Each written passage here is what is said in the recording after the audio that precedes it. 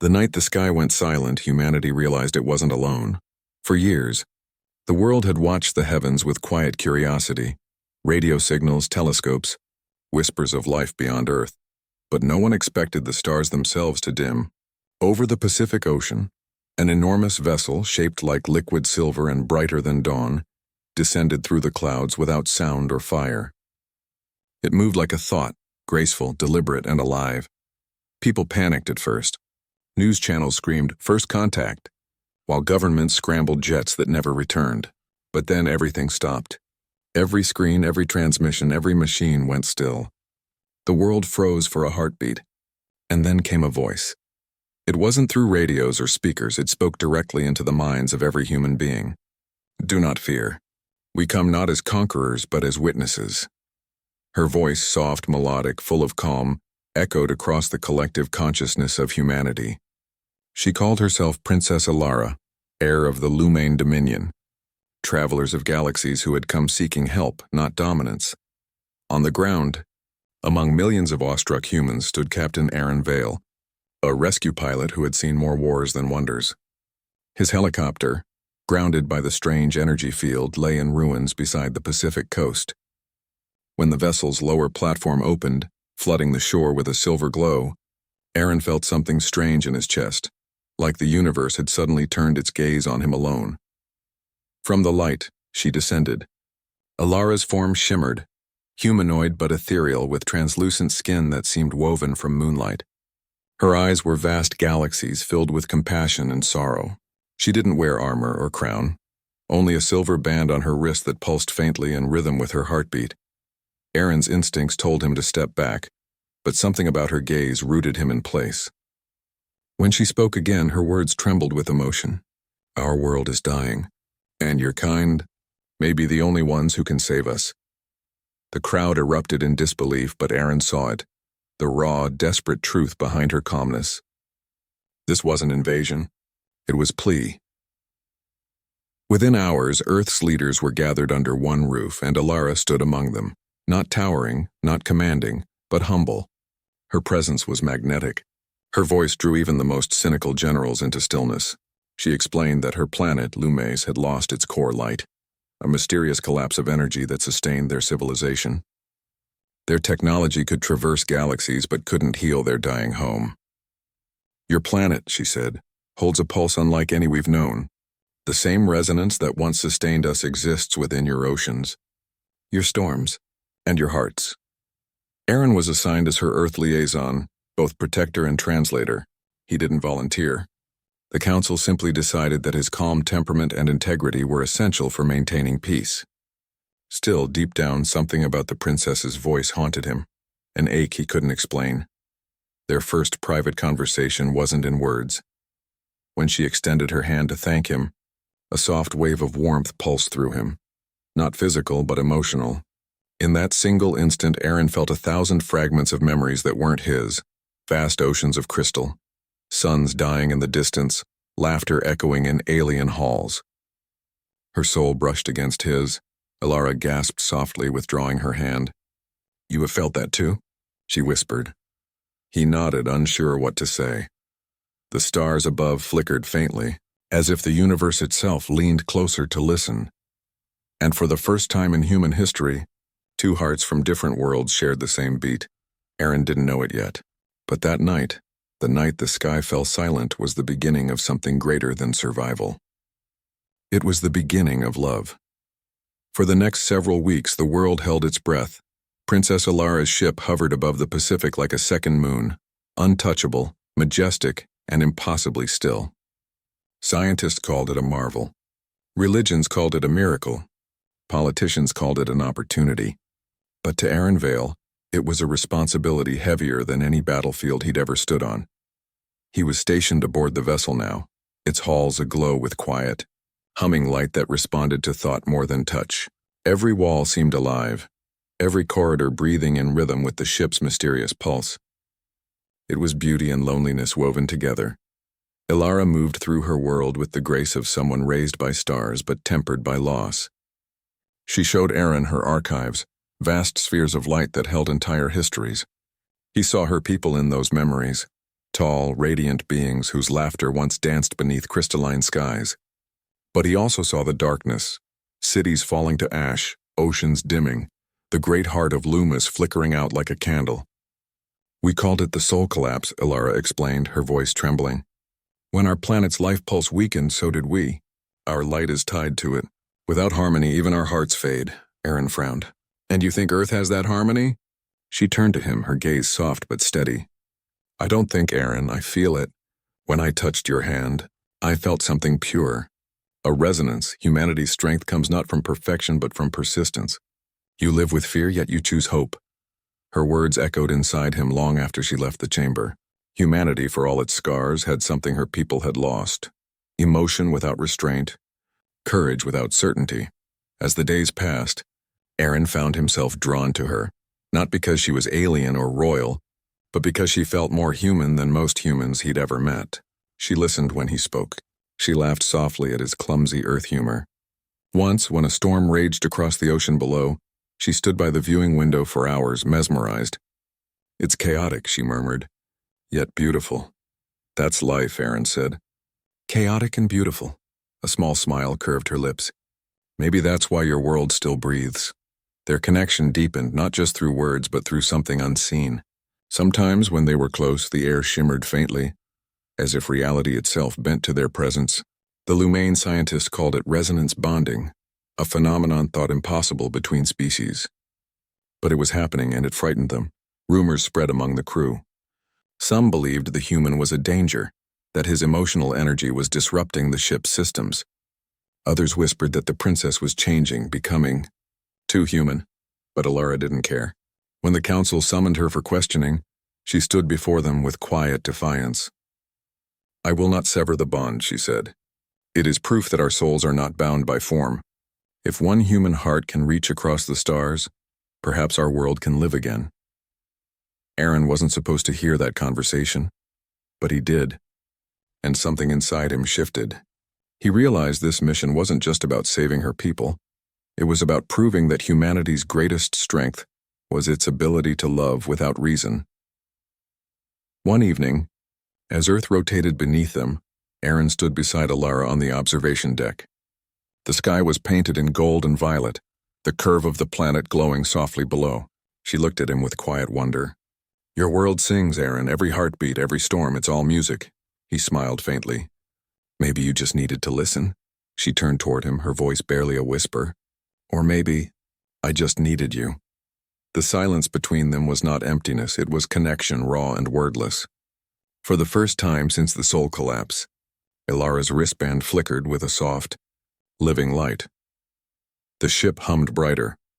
The pulse of two worlds had begun to merge, and somewhere deep within the dying core of Lumaeus, a faint heartbeat stirred once more. The resonance between them didn't just awaken light, it awakened attention. Across the galaxy, whispers reached the High Dominion Council of Lumaeus. Their princess was forming an emotional bond with a human. To them it was unthinkable, a royal soul entwined with a being from a primitive world. They saw emotion as a weakness, not a bridge, and so they sent a message to Ilara's ship: return immediately, or risk exile. The command hit her like a storm. Ilara stood in her private chamber, the silver walls flickering with tension as the message replayed again and again. Her eyes glimmered with restrained pain. Aaron found her there, frozen in silence, her hands clenched tightly before the dimming light. "They think I've lost myself," she said quietly. "They think this connection has corrupted me." Aaron's heart tightened. "And what do you think?" She turned toward him, eyes reflecting starlight and sorrow. "I think, for the first time in my existence, I've found myself." Her words hung heavy between them. In the days that followed, tension filled the ship. The scientists avoided Aaron, their faces pale and fearful. The resonance field between him and Ilara was growing stronger, visible now as soft ripples of light whenever they were near each other. Instruments malfunctioned, energy readings spiked. The crew believed it was dangerous. Some even demanded Aaron be removed from the vessel. But Ilara stood firm.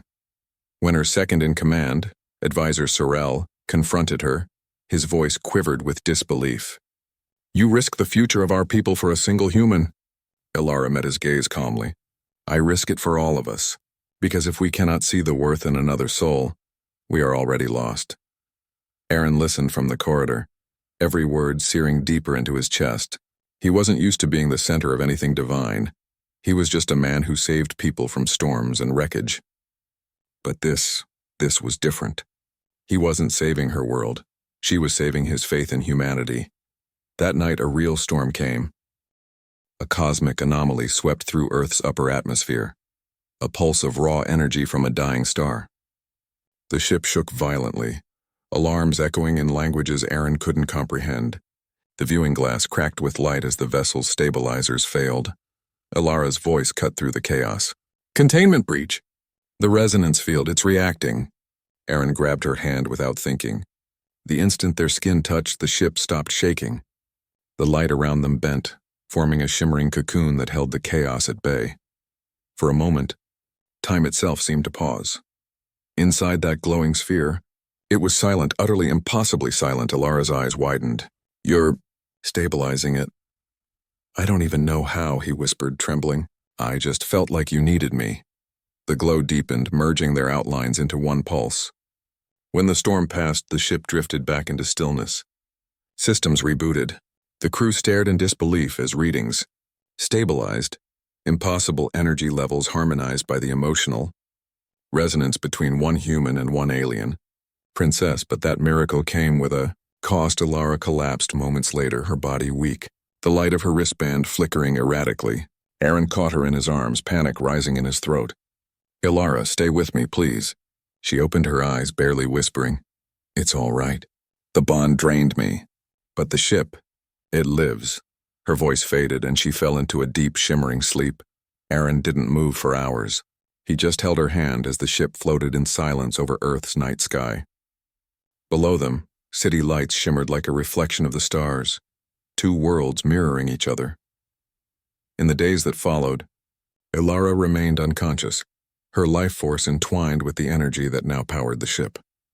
Humanity watched the silent vessel from afar, unaware that one of their own had just saved not only a ship, but possibly an entire civilization. Aaron didn't care about fame or history. He only cared about her. And as he sat beside her, listening to the faint hum of her pulse, he realized something profound. Maybe humanity wasn't chosen because of its strength or intelligence. Maybe it was chosen because it still knew how to care. The following dawn was not of sunlight but of awakening. Ilara's eyes opened slowly, faint light shimmering beneath her skin. The medical chamber glowed softly around her, responding to her pulse. For a long moment she didn't speak, she only stared at Aaron, who had fallen asleep in the chair beside her bed. His hand still gently wrapped around hers.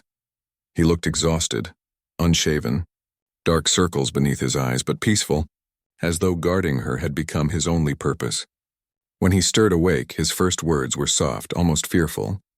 "You're back," Ilara smiled faintly. "I was never gone, only lost between worlds." He exhaled shakily, relief washing over his face. "You scared me." "I scared myself," she admitted, sitting up slowly. "But while I slept, I saw something, a memory, not my own. Your world, your people, the way you hold each other through fear, how you rebuild after every storm. I understand now. The light I lost was never from the stars. It was from the heart." Her words carried a quiet weight that made Aaron's chest ache. But peace was short-lived. Moments later, Advisor Sorrel stormed into the chamber with a cadre of guards. His expression was cold, his voice sharp. "Your Highness, by decree of the Lumain Dominion, your mission is hereby terminated. You are to return to Lumais immediately for judgment." Aaron stood between them instinctively. "She's still recovering." "You can't just—" "Silence, human," Sorrel snapped. "You have no place speaking in royal affairs." Ilara rose, weak but defiant. "He has a place, Sorrel. He saved all of us." The advisor's jaw tightened. "At what cost? Your emotional entanglement with this creature has jeopardized the integrity of our vessel. The Council believes your connection is contamination." "Contamination?" Aaron repeated, disbelief in his tone. Sorrel sneered. "You think you understand what we are, human? You are driven by chaos, anger, love, pain, all things that erode reason. You are unstable." Ilara's voice cut through his words like calm lightning. "And yet it is that chaos that kept us alive. Without him, the ship would be dust among the stars. The tension was unbearable. For a moment, no one moved. Then Sorel gave a slight gesture, and 2 guards stepped forward to escort her away. Aaron's instinct screamed. He stepped closer, ready to fight. But Alara stopped him with a touch. "Don't," she whispered. Not yet, he froze. Her eyes held his, filled with a quiet trust. "I will not let them take what we've found. But I must face them first." Before he could speak, she was gone, led through the silver corridors, her figure swallowed by the glow of the ship's heart. Hours turned into silence. The humans stationed on Earth waited anxiously for any signal, any sign. Aaron paced the observation deck helpless. He had fought wars before, but this battle was one he couldn't win with strength. It was being fought in hearts and minds, between fear and love. Then the ship trembled. A communication portal opened in front of Aaron, projecting the scene from the council chamber. Alara stood alone before 7 luminous figures, elders of her kind, their faces like carved light. "Princess Alara," one said, "your actions threaten our legacy. You've merged essence with an unstable being. Explain yourself." Ilara's voice did not waver. "I have not merged with weakness. I have merged with courage, with empathy, with humanity. You call them unstable because they feel, but maybe it is our lack of feeling that doomed us." The council murmured disapproval. "You would defy us for this, creature." Ilara lifted her chin, her eyes shimmering with quiet strength. "No, I defy you for truth. The human heart carries the pulse our world lost. You asked me to find salvation, I did. You just refused to see it." The council's glow dimmed in fury. "Then you are no longer of us." And with those words, her royal insignia, engraved upon her wristband, flickered and died. She was stripped of title, of heritage, of home. Aaron watched, stunned and speechless, as she returned to him. No longer a princess, but something far greater. She smiled softly, tears glinting in her eyes. "I'm free now, and I choose this world. I choose you." In that moment, the ship's light surged, brighter than before. For though the council had exiled her, the universe had chosen differently. Love had rewritten destiny. The morning after her exile didn't feel like loss. It felt like rebirth. Ilara stood on the ship's terrace as dawn painted the horizon in fire and rose. Earth's oceans shimmered beneath her, reflecting the light like living glass. She was no longer Princess Ilara of Loomis. No crown, no command. Just a woman who had chosen to love freely for the first time in her existence. Aaron approached quietly, the hum of the ship soft under his boots.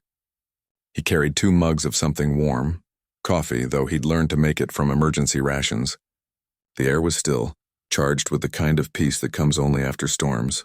"I figured royalty drinks something better than this," he said with a half smile, handing her the cup. She took it, inhaling the strange, bitter scent. "It smells like burnt clouds," he laughed. "That's about right." They stood side by side, gazing at the planet below. For a long while, neither spoke.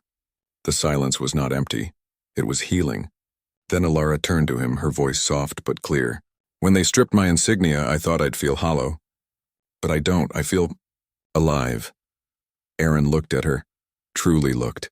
No longer the glowing figure from the stars, but a person with quiet courage etched into every line of her face. "Maybe it's because you're finally living for yourself." She smiled faintly. "Or maybe because I'm finally living with someone." The words lingered between them, fragile and powerful, yet beneath that peace, trouble stirred. The energy readings from the ship's core began to fluctuate again. Without the Dominion's network to stabilize it, the resonance field was fading. And deep inside the soul light that powered the vessel, the same energy tied to Alara's life force was weakening. Aaron noticed it first in her movements. She began to tire easily, her light dimming at the edges. But she hid it with practiced grace. Every time he asked, she'd smile and say, "I'm fine." She wasn't. When the readings dropped further, Aaron gathered the courage to confront her. "You're linked to the ship, aren't you?" "If it dies," she looked away. "Then I do too." He froze, disbelief turning to anger. "You should have told me." "I didn't want you to carry my burden," she said gently. "You've carried enough for your world." Her words pierced deeper than he expected. "You think I care about burdens? You think I'd just watch you fade away because it's easier?" His voice trembled. "Ilara, But she stepped closer, pressing a hand to his chest. The pulse between them flared, warm, aching, alive. Aaron, listen. There's a way to restore the light. The resonance we created, it awakened something in both worlds. But to stabilize it, I must return to the source, Lumace. He shook his head instantly. You can't go back. They'll destroy you. I'm not going back for them, she whispered. I'm going back for us. For everyone who still believes in connection, even between worlds. The weight of her words broke something inside him. Then I'm coming with you. She hesitated, her eyes shimmering with 1,000 unspoken fears. If you do, there's no return. The journey through the void between systems, your body may not survive it. Aaron's reply was immediate. I survived every storm Earth threw at me. I'll survive this too. Her expression softened, a tear glinting in her luminous eye. You're impossible. He smiled faintly. So are you. That night, the ship's engines ignited for the first time since its arrival. The ocean below rippled with light as humanity watched the skies bloom into silver fire. From the control deck, Ilara gazed at the blue planet shrinking beneath them. Do you think your people will forgive us for leaving? Aaron shook his head. They'll understand. Sometimes to save something you have to go where no one else will. The stars opened before them, a sea of endless night, glittering and unknown. Ilara reached for his hand. 2 suns await us, one dying, one yet to rise. Which do you think we'll reach first? Aaron's fingers tightened around hers. Whichever one needs us more. The vessel soared into the dark, leaving behind the whispers of Earth and carrying with it the fragile, glowing promise of 2 souls bound by courage. As the stars swallowed them, the pulse that had once divided 2 civilizations became a single radiant rhythm, steady, defiant, and alive. The journey to Lumace wasn't measured in distance, it was measured in silence. Days turned into weeks as the ship glided through the star-washed dark. Aaron often found Ilara at the viewport, her gaze lost in the endless swirl of galaxies. Sometimes she'd hum softly, a tune that felt older than time, like the echo of forgotten constellations. Does it ever scare you? He asked once, leaning beside her. The quiet? She smiled faintly. Not when you're here. Silence can be peace. If your heart isn't alone, he chuckled. Guess that's something humans are still learning. They shared small, ordinary moments like that. Meals, laughter, the quiet brushing of hands. Yet beneath the warmth, Aaron could feel the strain. The closer they got to her world, the weaker she seemed to grow. Her light dimmed more each day, her steps slower, her voice softer. One night he found her collapsed near the ship's core, her body faintly shimmering, the air thick with energy. He rushed to her side, his hands trembling. Ilara, hey, look at me. Her eyes opened weakly, their glow fragile. It's starting. The ship and I are one, Aaron. The closer we get to Lumace, the more it calls me back. He shook his head. Then we'll turn around.